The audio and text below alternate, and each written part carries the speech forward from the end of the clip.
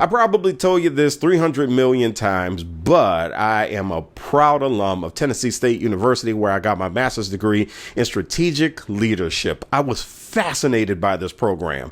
The reason that I wanted to get into this program is I wanted to study organizational dynamics. I had been taking a look at leaders at the jobs where I worked for years, and I just wondered what made them tick.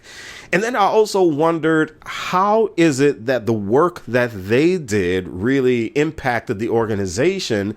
And how is it that the relationships with the people within that organization, I wanted to know how that also impacted the organization. So I get into Tennessee State and doing my thing, and I run across this thing called followership in my studies. What is that? I became fascinated with that. And while I was there, I had my sights set on studying narcissism in leadership, which is what I wound up doing my final project on, which is like a thesis, right? And so I am dead set on talking about narcissism, and we have got to stop it and all of that good stuff. Yeah, I had to learn how research worked. Well, after learning about followership, that shifted my focus a little bit. And I wanted to understand, how is it that narcissism impacted followership? I'm going to spare you the suspense. It sucks. It really impacts followership in a pretty sucky, toxic, negative way. There, study completed. Okay, there really is more details to this. All right, so here's the deal. I actually did a case study for this final project of mine, and the case study was on Firefest. And so I took a good look at how the people who were involved in planning Firefest were impacted by the narcissism of the person who was leading at the time. So that is neither here nor there at that point. The important part is that I was able to get this big understanding of followership and basically how that worked in the context of an organization, especially when you had a leader with a certain personality type. I think that Greek life is primed for a robust conversation about followership so that members can understand how to put their membership and their involvement in your fraternities or sororities into a great context. Because if you can put it into context, then you can figure out how to be an effective brother, how to be an effective sister. Now, we're going to focus at the chapter level, right? Like we always do. Brotherhood and sisterhood. Theoretically, it puts us all on the same snowy field, right? We know that there is this thing called hierarchy. We know it exists. But when you think about a fraternity or sorority, theoretically, we're pretty much supposed to be on the same plane. The leadership positions, I see the leadership positions in fraternities and sororities as something to guide the organization, to guide policy, to guide members, and to guide us with a certain vision so that we can achieve the missions of our respective fraternities and sororities. So where does followership come in? Followership comes in because there is this mutual influencing that happens between the follower and the leader in an organization. And so we'll say that followership in a Greek chapter is a mutual influencing between the member and the leader or the president or the executive board members of that chapter. We're going to focus on president for now. So thinking about that, thinking about followership in context of Greek life, let's give a definition. What exactly is followership? Followership is different from following. Following is a reaction to whatever the leader is doing. Pretty simple. It could be conscious, it could be unconscious, but it is reactionary. Followership is more thought out. The behavior of the followers is based on the relationship with the leaders in followership, and people are cognizant of those behaviors. The key to this is understanding that there is a mutual influencing relationship happening between the follower and the leader. Now, for a little background, leadership normally has been studied from the standpoint of a person who holds what we call executive authority.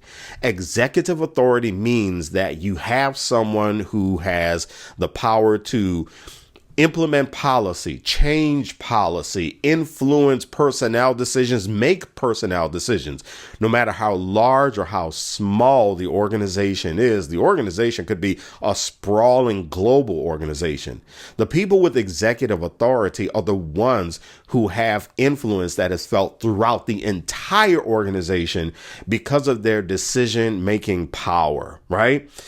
And so researchers looked at that. They looked at the executive authority part of leadership when they studied it. But then later on, researchers started to turn their attention to followers.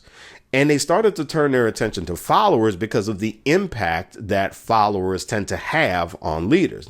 There was this researcher by the name of Robert Kelley, Kelley. And Robert Kelley said, without followers, leadership is meaningless and leaders don't exist. This is why when people hear me talk about leadership, I normally simply say leadership is about people. It is that simple. People. Now, there's another followership scholar by the name of Ira Chaleff, and Chaleff said that effective followers are courageous. Now, why is that? Why exactly would courage be aligned with effectiveness? We'll get into that in just a little bit.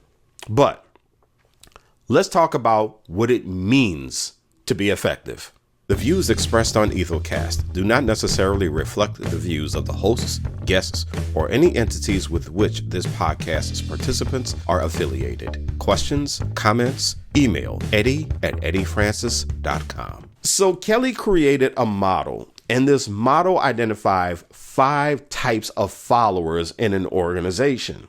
Now, we're going to focus on effective followers, but I'm going to actually save that one for last. So I want you to think about this really quickly. When he designed this model, he designed it looking at 2 different things. He looked at the level of involvement, and he also looked at the level of critical thinking, with the level being either high or low for each one.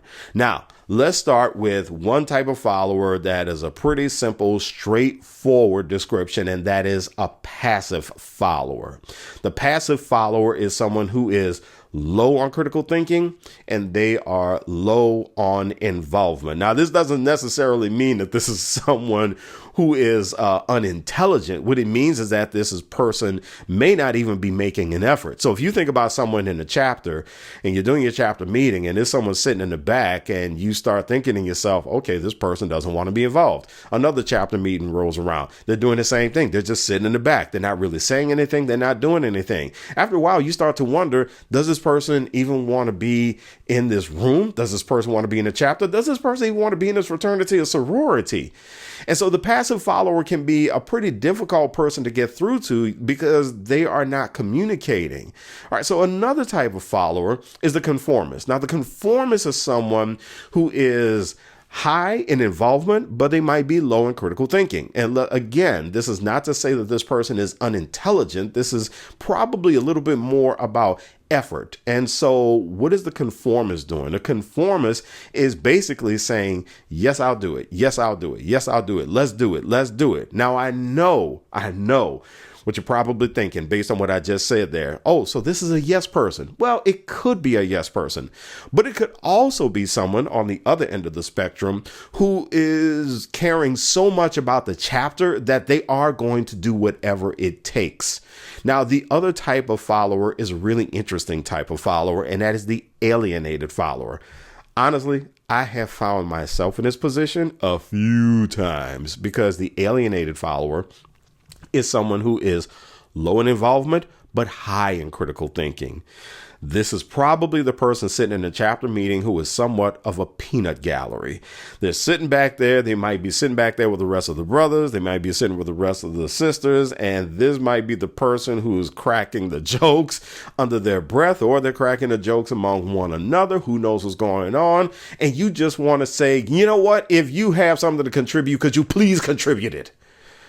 And they go, no, I tried. And nobody wanted to hear what I had to say. So here I sit. And this person is a pain in the butt. OK, I know myself. I can be a pain in the butt. But the question you have to ask yourself is, well, why is it that this person has so much to say, but they don't feel the need to get involved in what's going on? Who or what alienated this person? And then another type of follower, a fourth type, is the pragmatist. The pragmatist is a mix of just about all of them, because the pragmatist is the one who recognizes a situation, another situation, another situation, and they're going to flex with each situation. Now, for some people, you may think of the pragmatist as someone who just goes whichever way the wind blows. But that may not necessarily be what they're doing. They could also be the type of person who is simply being adaptable to whatever the situation is because they want to stay involved in the chapter, whatever it takes. And then finally, we have the effective follower. Now, if you do an internet search on Kelly's 5 follower types, you're going to also see the term exemplary used. The effective follower is high in critical thinking, and the effective follower is also high in involvement. So let's dive deeper into what it means to be an effective follower. I always say that leadership is a process. Followership is also a process, I believe.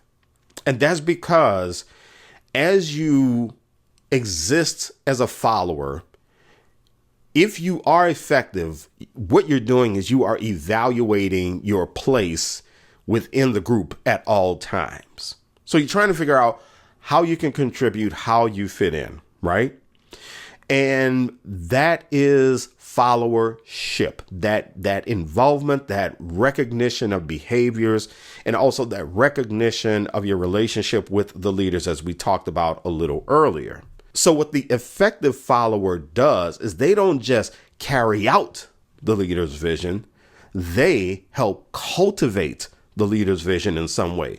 So in the last episode Theta, we talked to Travis Martin, and he talked about vision casting. Effective followers can play a part in that vision casting. And they realize in doing that they bear some responsibility as well. They don't just leave it on the leader. They try to figure out, effective followers, what it is that they have to do to play a role in the success of the group. So when Kelly talked about effective followers, he said that effective followers are, number one, they're good team players. They are collaborative. Here's one that you may or may not like. An effective follower, as far as Kelly is concerned, and I would agree with this, does not try to play the hero. And they don't see themselves as a hero. Effective followers, in that case, are looking to the greater purpose. And I'm going to paraphrase Kelly's thought here, that effective followers also help create psychologically safe environments for everyone to operate. They also try to do that which is ethical. They try to do that which is moral. Now, the way I see it, leaders are people who can help create the culture of a group. Your chapter president can very much help create the culture of the chapter, or the chapter president can set a vision for what the culture of the chapter is going to be. We talked about culture in episode Delta with Gregory Parks. But what followers do is followers help cultivate that culture in some way. The way followers can do that, or at least effective followers can do that, is by using what's called expertise authority. So You heard me mention executive authority, someone who has the power to set policy, to make personnel decisions. Here's what expertise authority is: taking ownership of that job, knowing that job, what that person does inside and out, and taking ownership in such a way that whenever a bad decision is being made, then the person with expertise authority steps up and can explain why that decision is bad based on the area that they know, or at least not necessarily, talk about why it's bad. They give feedback to give more context about why a different decision should be made. So in expertise authority, what you have is you have something that is helpful in supporting leaders with their vision, but at the same time, recognizing and raising concerns about decision making. And they are going to do it in a way that they're going to call attention to how that decision making may not serve the organization or the people of the organization in an ethical way. So the unfortunate example of this is the Space Shuttle Challenger. You may or may not know this story, but the senior engineers who were responsible for the space shuttle knew the morning of the launch was a bad morning to do it. The temperature was not right. There was a piece called an O-ring.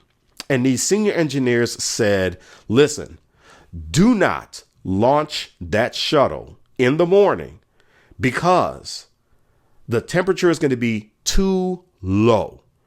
And it's going to cause these O-rings to malfunction in some way. However, people with executive authority, managers, other folks who were surrounding the managers at the engineering firm, and then also folks from NASA and folks from the White House, they were putting pressure on the engineering firm to green light the launch.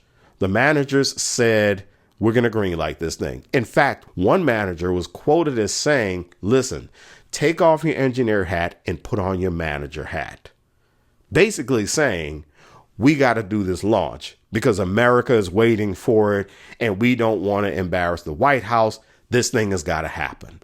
And unfortunately, we know what happened.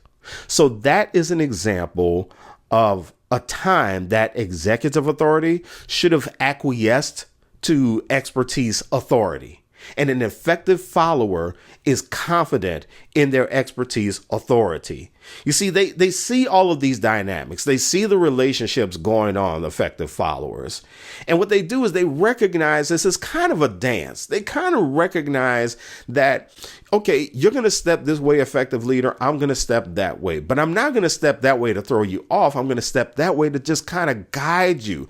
And then what I'm also going to do is I'm going to make a step in a certain way to try to bring you this way. Hey, you step that way. I love that step. I'm going to step that way with you. Don't you like this step? Come on, do this step with me. Now, if you haven't noticed, this podcast, Ethocast, is a limited series podcast, and it is for the Our Edification podcast, or part of the Our Edification podcast. Episode 33 of For Our Edification was an interview that I did with someone by the name of Sharna Fabiano, and Sharna is an expert in the leader-follower relationship. So if you get an opportunity, check that out. And the reason I bring Sharna up is Sharna is a dancer, and we had a really cool conversation about looking at the leader-follower relationship as a dance. She does it way better than I do, by the way. She's the expert.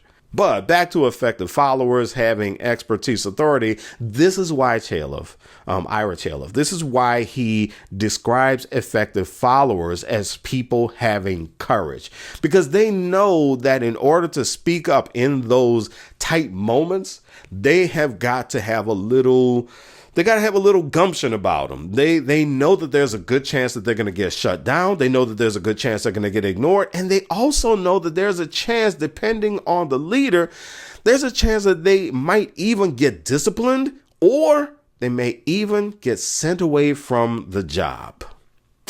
So let's talk about you, and let's talk about where you can go from here. So for you, the first thing I would do, as far as what you can do right here, right now, to be an effective follower and to practice followership, is to recognize that followership is a path to leadership. That's why I call the program that I do on college campuses Followership to Leadership. Realize that being aware of your followership, it can help the chapter in a lot of different ways. I mean, number one, you can help hold leadership accountable. And when I say hold leadership accountable, I'm going to use the words of a guy named Alan Stein Jr. here. Accountability is something that you do for someone. And I'm going to use my words here. Do not weaponize accountability. So yes, hold your leaders accountable in a brotherly or a sisterly way. Also, followership creates bench strength. In other words, with followership, you are developing leaders as you go, and it helps you look into the future for who your future leaders are.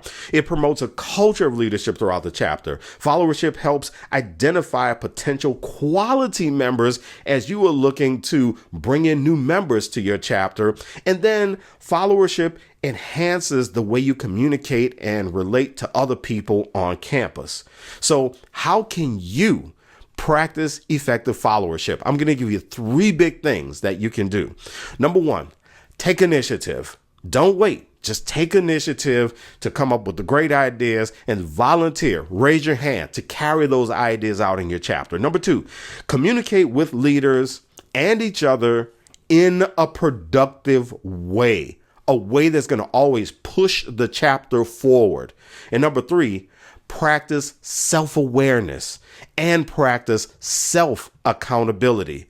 Because if you know yourself and when you hold yourself accountable, then you can be a much stronger follower or a much stronger member of your chapter. Now, there are other ways that you can practice being an effective follower, and I talk about these in my programs, Followership to Leadership, and for my D9 Greeks, the Black Greek Success Program. So let me close this thing out. A couple of quick thoughts. Number 1, followership, let's be real, it can be just as challenging as leadership. It does take work. It is a process. But followership is also a learning process. You don't just walk in and do everything right the first time. You're going to make some mistakes. That's why one of the things that I said it is about effective followership is that an effective follower is going to help create a psychologically safe environment for people to fail forward. And that's going to happen. But then the biggest thing is this. Greek life is like being in a gumbo. You're going to have all these different personalities, all these different views, all these different ways of doing things. But what followership can help you do is it can help you recognize those ingredients and figure out how to get those ingredients to work together. You got any questions? Make sure you hit me up, Eddie@eddiefrancis.com. I'm happy to jump on the line with you and talk to you about a few things, and I would love to bring followership or leadership to your campus. Thanks for joining me on this episode of Ethocast.